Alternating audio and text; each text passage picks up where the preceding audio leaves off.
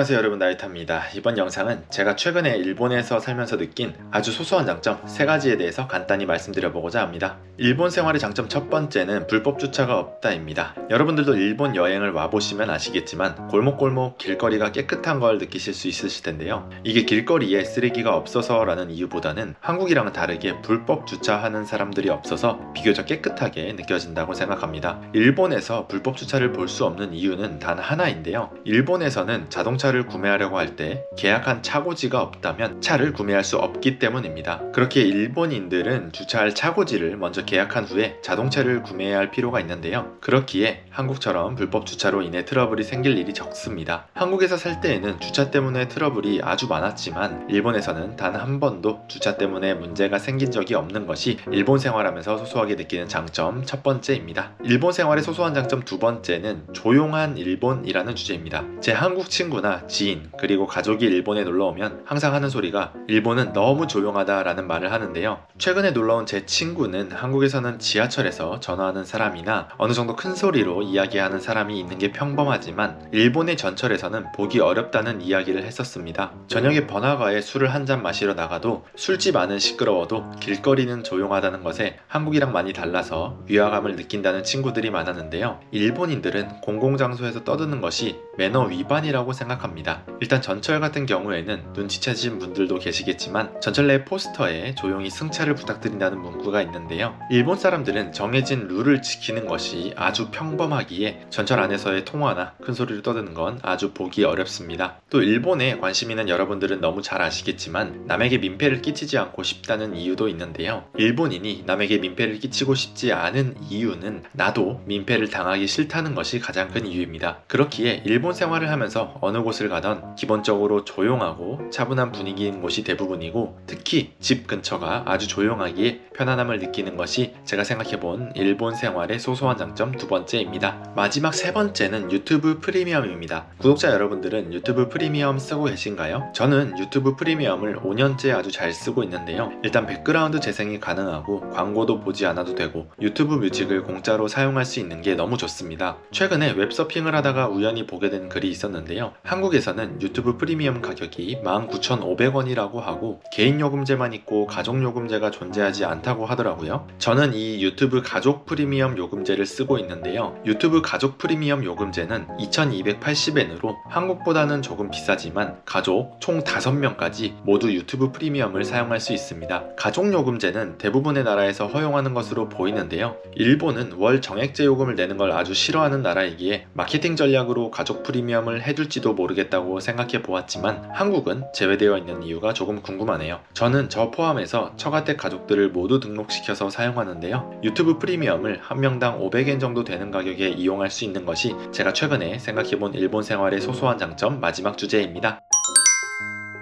오늘 영상은 여기까지입니다. 앞으로도 제가 일본 생활을 하면서 느낀 소소한 장점이 있다면 이렇게 짧은 영상으로 만들어서 업로드해 보겠습니다. 그럼 오늘 영상도 시청해주셔서 감사드리며 제 영상에 대한 여러분들의 의견이 있으시다면 댓글로 남겨주시면 대단히 감사하겠습니다. 이 채널을 앞으로도 응원해주고 싶으시다면 구독과 좋아요를 꼭 부탁드리며 다음 영상도 기대해주세요. 마타네!